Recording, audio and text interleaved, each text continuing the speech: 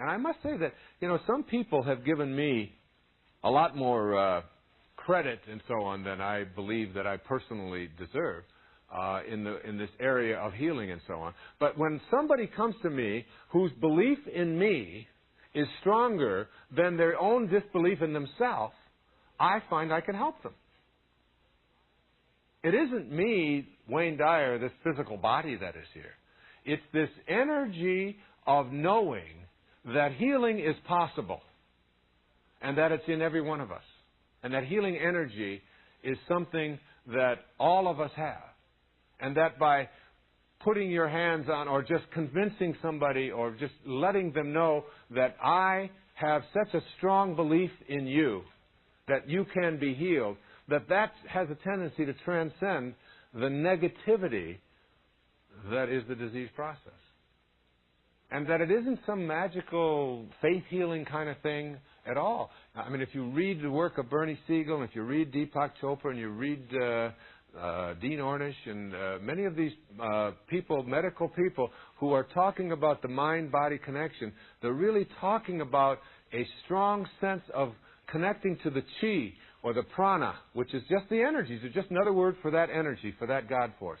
And knowing that it's in you to be able to put along this current, this healing capacity. And kahunas did this. And that's how they worked, as he explained it to me. Now, there's a whole lot of training and so on that goes with it. But I find it very intriguing when I think about this word attraction and being able to attract and this concept of energy. There was a poem by a Sufi poet. His name is Rumi. He lived 1,000 years ago in what is today Afghanistan. Rumi had a poem that really reflects what I'm talking about here. It's called The Seed Market. I'd like to share it with you as we talk about this energy. He says, can you find another market like this? Where, with one rose, you can buy hundreds of rose gardens? Where for one seed, you get a whole wilderness? For one weak breath, the divine wind? You've been fearful of being absorbed in the ground or drawn up by the air. Now your water bead lets go and drops into the ocean where it came from. It no longer has the form it had, but it's still water. The essence is the same. This giving up is not a repenting, it's a deep honoring of yourself. When the ocean comes to you as a lover, marry at once, quickly, for God's sake. Don't postpone it. Existence has no better gift. No amount of searching will find this. A perfect falcon, for no reason, has landed on your shoulder and become yours. So this force, this healing energy, this invisible attraction that we want to use to bring something into our lives, is the same power that you have that allows you to process exactly what I'm saying right this minute. It's almost like you have to do a somersault into the unimaginable. You have to think of yourself as not only having a physical body, but as having an energy body as well. If you take your arm and you stick it out in front of you straight, you'll see there's about, however long your arms are, there's that much distance between your trunk and how far out your hand extends. And you move that hand above you and behind you and all around you, that distance is an energy body that is always with you. And the sorcerers talk about this energy body as being something that is assembled around you.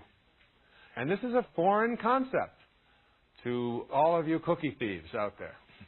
It's a foreign concept that one that is already, I can hear you out there listening in your car saying, wait a second, what is he? Is he flipped out? What is he talking about, an energy body?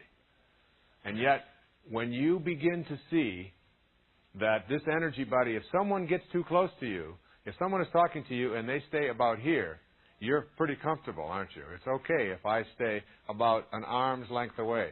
But if I get in here, and if I get in here and begin talking to you, there's a discomfort. And this discomfort is not because you're so fragile, but because the energy body of yours has been broken. The boundary has been broken. And that boundary, according to the kahunas, that invisible energy that surrounds you, the great teachers, the teachers of Castaneda and people like that, Don Juan Matus and the Nagual Julian, these people talked about an assemblage point of energy, that this energy is assembled around you. And where it is assembled around you determines your agreement with reality. And in order to shift your agreement with reality, which is what I'm asking you to do in this program, to shift your agreement with a reality that says, I don't have this divine capacity. I can't tap into that energy. It's not within me. It's out there someplace. It is not me. And as you begin to tap into this, you learn how to shift this assemblage point of energy. And when you can shift that assemblage point somewhere in back of you, when you can just shift it, your perception shifts. It's very much like what happens when you're in a dream. And everything is just as crystal clear as it could be in this dream. You might be composing. You might be writing something. You might be giving a talk. Who knows what it is that you're doing. But it's just every word just seems to flow and you just seem to be in harmony. You might be flying. It might be just a perfect moment. And then you wake up and you can't recapture it. And you think, gee, I can only do that when I'm sleeping. But I want to tell you that if you learn to tap into this energy body, and that's what this meditation does. When you learn the manifesting meditation, what happens is you shift the assemblage point of energy in your body and in your life. And you do a somersault into what was previously the unimaginable.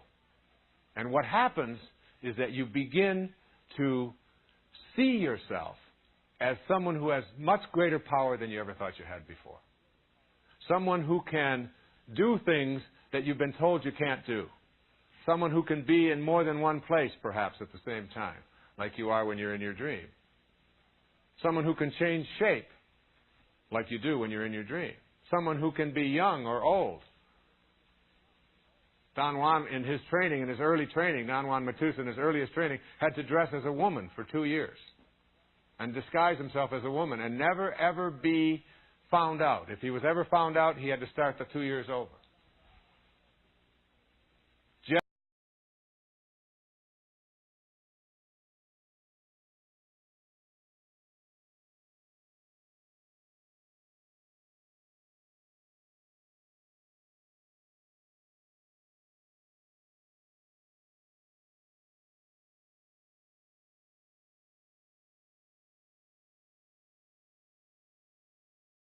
We think, oh, come on, we can't do that. Where are you coming off with that stuff? You're cookie thieves. Because you're stuck in believing there's only one dimension of reality, and it is the reality that your senses process and perceive. And you don't understand yet that there are other dimensions of reality, and you can at least peer into them. And if you want to do more than just peer into them, you can wander into them. Your life here is like being in one room in a house that has 1,000 rooms. And you show up in this one room called daily awareness. And you live in this room. The door opens at your conception and it closes at your death. And you live in this room and you try to figure out a way into the other 999 rooms that constitute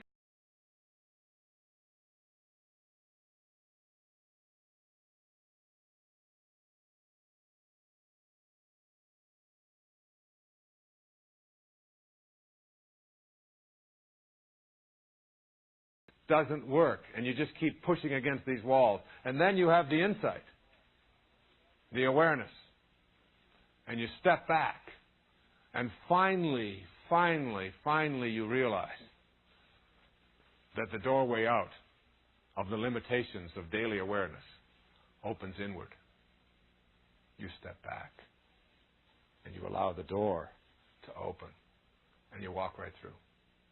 And as you walk through, you begin to see the ability to manifest, the ability to manage the coincidences of your life, the ability to place your attention on prosperity, on healing, on unconditional love, on kindness, on divine relationships. And you see that energy not just as something that is static and stagnant, but as something that is alive and flowing and moving and connecting everything to everything.